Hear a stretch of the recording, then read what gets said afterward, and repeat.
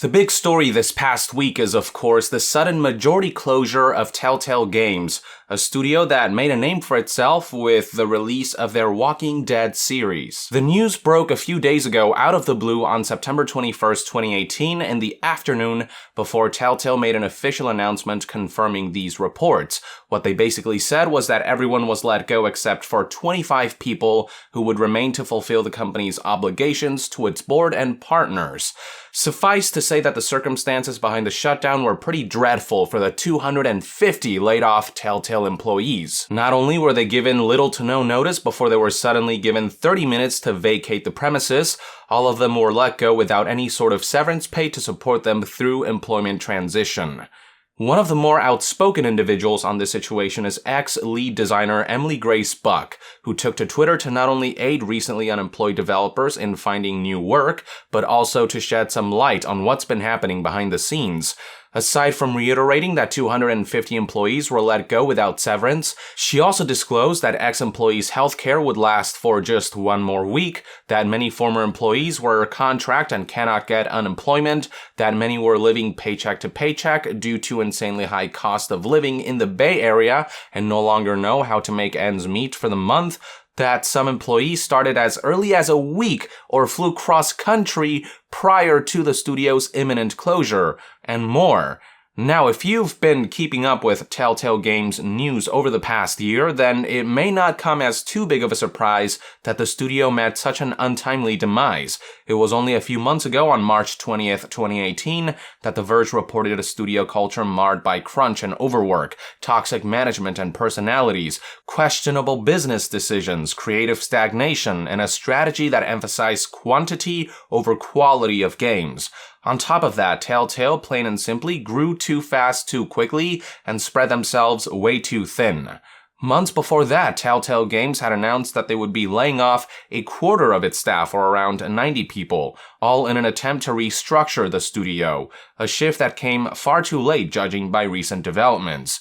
So it's been an all-around shitty situation for ex-Telltale developers, but it's also been a shocking development for fans who purchased The Walking Dead Final Season's Season Pass, which has so far only released 2 out of the 4 episodes.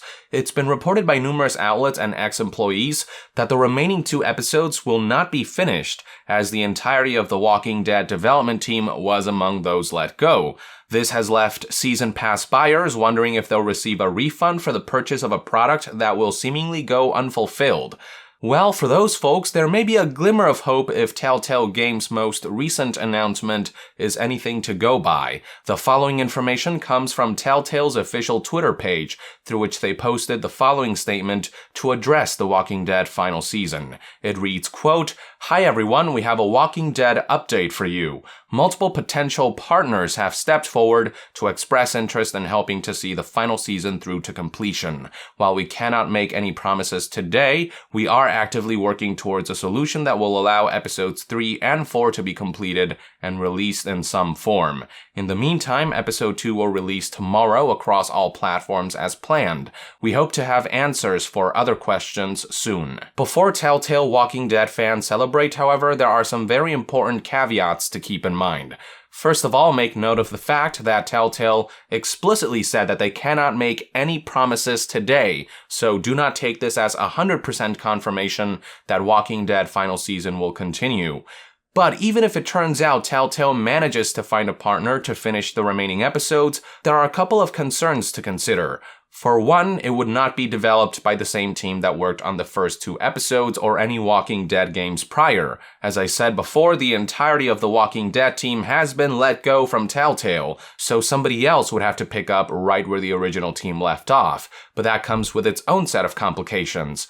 A developer from Riot Games offered some interesting insight in response to Telltale's statement, which reads, quote, Are the executives just gonna go root around in people's hard drives looking for the script, design documents, etc.? This isn't really how game development works. You don't just sign another partner with a brand new team and pick up where you left off. It's a different product at that point. The identity, feel, and voice of a game are very closely tied to the people who work on it. You can't just lay them off, bring in some outsourced partner talent, and get even remotely the same result. To imply that this can be done is an insult to the folks let go. I'm seeing lots of replies to the original thread where fans make the equation that completed assets equals completed game.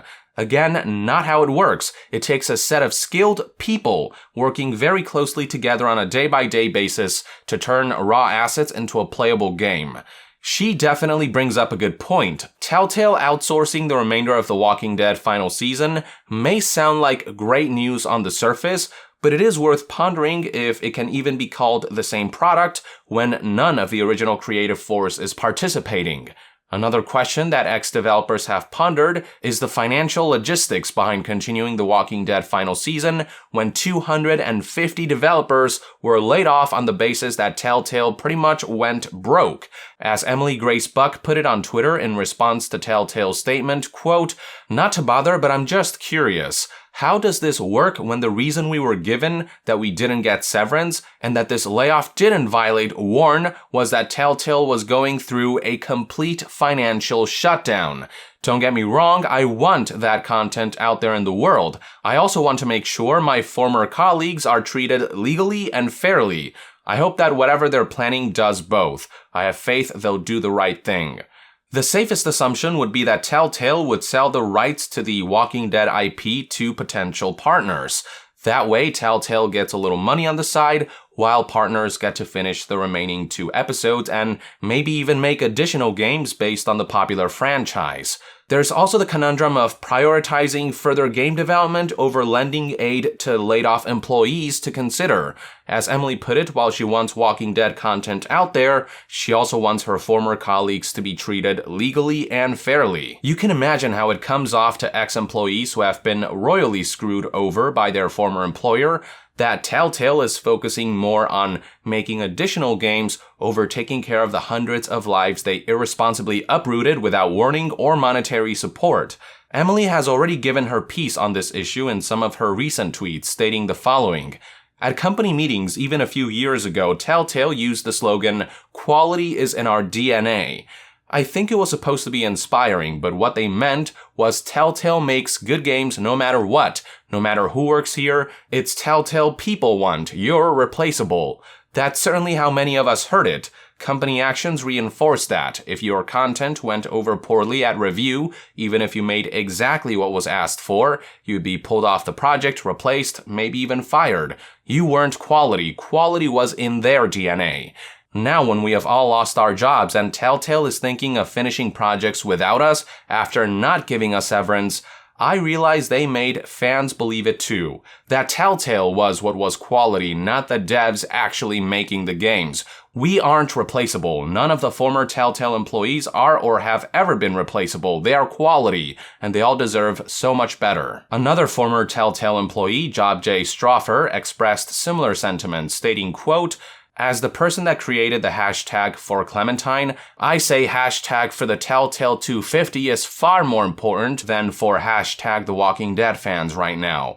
Our friends and family's health and well-being comes first. Developers need to be paid, not abused. Pete Hawley, CEO of Telltale, gambled and the team lost." Even developers outside of Telltale have chimed in with their thoughts, most prominent of them being God of War director Cory Barlog, who tweeted the following, "I would hope this means that you will first pay your entire team their severance and then proceed to finish the final episodes. I would be fine waiting however long it took to ensure we first treated those who worked so hard with the humanity and respect they deserve." Personally speaking, I cannot say I disagree with what they're all saying. Some may resort to being apathetic towards the laid-off employees and say that they want the Walking Dead final season to be prioritized above all else. And hell, some people are even going as far as suggesting that they should finish the game for free, which is ludicrous. But it's important to be considerate of the 250 lives, among them being the original Walking Dead team, that were upended as a result of Telltale upper management's negligence. Currently, above all else, Telltale has a responsibility to do something about the terrible circumstances they brought upon those who worked and crunched so hard and tirelessly to bring games like Walking Dead to life. Games can wait a few months or years, but these people's lives cannot.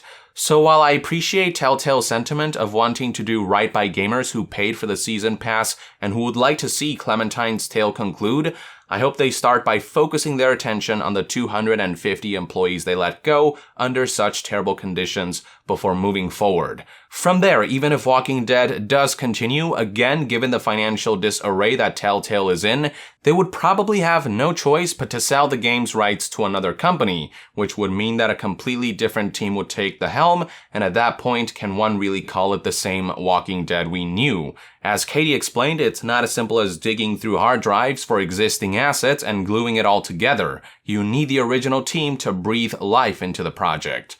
The bottom line is that this is all around a shitty situation, and while the prospect of Telltale looking for ways to finish Walking Dead final season may seem exciting at first, the circumstances surrounding that endeavor financially, creatively, and morally makes this a complicated situation. Only time will tell how Telltale will ultimately proceed forward in light of this recent feedback. Just don't expect that things will simply go back to the way they were just because Telltale is looking into finishing what they started. The original creative team is gone and they won't return unless they're properly compensated, which Telltale doesn't have the money for, and whether a conclusion developed by a separate team that buys out the IP is better than nothing, I guess that's up to you to decide. So that's where we are currently at with this whole debacle. I would love to hear what your take is on all of this in the comments below. With that, I would like to end this news update. Thank you for tuning in. If you enjoy my content and would like to support this channel directly,